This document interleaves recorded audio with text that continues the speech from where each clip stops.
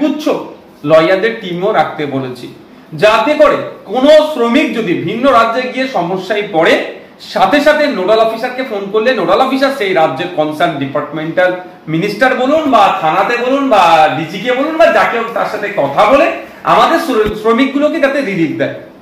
কিন্তু দুর্ভাগ্য এখনো ওই ধরনের কোনো নিয়োগ হয়নি।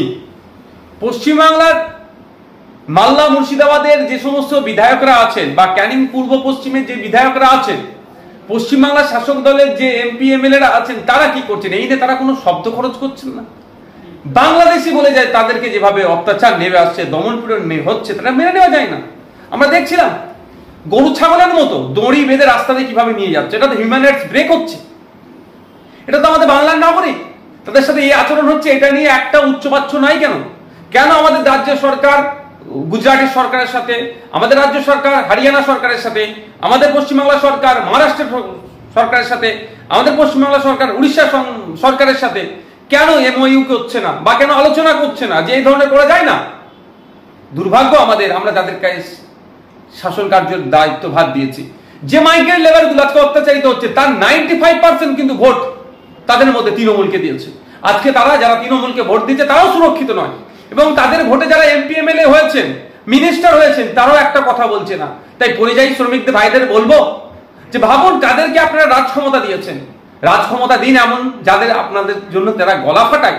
ভোট না দিলেও আমরা আইএসএফ আপনাদের জন্য কথা বলেছি।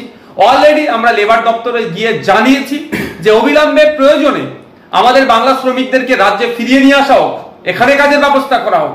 প্রতি বছরে বিজিবিএস মানে বেঙ্গল গ্লোবাল বিজনেস সামিটের নাম দিয়ে প্রচুর টাকা নাকি ইনভেস্ট হচ্ছে, প্রচুর নাকি এখানে শিল্প হচ্ছে। তাহলে এখানে কাজ পাচ্ছে কারা? তাহলে বাইরের রাজ্য থেকে এসে কাজ করবে আমাদের রাজ্যে? আমরা তাকে যারা এসছে তাদেরকে আমরা তাড়াবার পক্ষে নয়। তাহলে আমাদের রাজ্যের মানুষরা কাজ পাবে না? আমাদের রাজ্যের মানুষ আমাদের কাছে কাজ পাচ্ছে না, ভিন্ন রাজ্যে কাজে যাচ্ছে, আবার তাদেরকে মার খেতে হচ্ছে। কেউ লাশ হয়ে ফিরে আসছে, কেউ আফরাজুল হয়ে ফিরে আসছে, কেউ সাবির মল্লিক হয়ে ফিরে আসছে, কেউ হেমন্ত রায় হয়ে ফিরে আসছে, কেউ সোমনাথ দেবনাথ হয়ে ফিরে আসছে, কেউ বাবা আতঙ্কে ফিরে চলে আসছে। কেন আমাদের রাজ্যে আমাদের রাজ্যের শ্রমিকরা ভিন্ন রাজ্যে গেলে নিরাপত্তা পাচ্ছে না কেন? গুজরাটের শ্রমিক আমাদের রাজ্যে নয়? গুজরাটের মানুষ আমাদের রাজ্যে কাজ করে তাদের সংসার ধর্ম পালন করছে না? উড়িষ্যার শ্রমিক প্রায় 3 লাখ শ্রমিক আমাদের রাজ্যে আছে, উড়িষ্যার 3 লাখ মানুষ। তারা আমাদের রাজ্য থেকে বহাল তবিয়তে তারা ইনকাম করছে, তাদের পরিবারকে টাকা পাঠাচ্ছে। আমরা তো কাউকে ডিস্টার্ব করিনি, আর করবো না। আমাদের পুলিশ, আমাদের জনগণ তাদেরকে বুকে আগলে ধরে রেখেছে।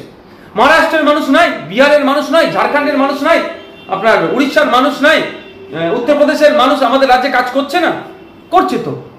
তাদেরকে তো আমরা বুকে আগলে রেখেছি, তাদেরকে আমরা নিরাপত্তা দিচ্ছি। তাহলে আমাদের রাজ্যের মানুষ যারা এখন ভিন্ন রাজ্যে যাচ্ছে তারা নিরাপত্তাহীনতায় ভুগছে কেন? এটা দেখার দায়িত্ব তো আমাদের সরকারকে, আমাদের লেবার ডিপার্টমেন্টকে, আমাদের রাজ্যের মুখ্যমন্ত্রীকে। দুর্ভাগ্য আমাদের। কিন্তু ওই পরিযায়ী শ্রমিকের আর একটা পরিচয় আছে, পরিচয়টা হচ্ছে সে মুসলমান। এই যা পরিযায়ী শ্রমিক যারা আছে তাদের 80% মুসলিম সম্প্রদায়। সুতরাং দুধের গায়ে ও মারধর যাই খাবে না কেন, ভোট তো তাগিয়ে দেবে। তাদের ওই জন্য গলা কাটিয়ে সময় নষ্ট করে লাভ নেই। ওই সময়ে অন্য কিছু কাজ করলে হিন্দু ভোট পেয়ে কি করে, সেই কাজে মেতে আছে শাসকেরা। সমস্যা এখানে। কিন্তু সারা দেশে শুধু মুসলমানের জন্য তাদেরকে হেনস্থা করছে না, বাংলায় যারা কথা বলছে তাদেরকে হেনস্থা করছে।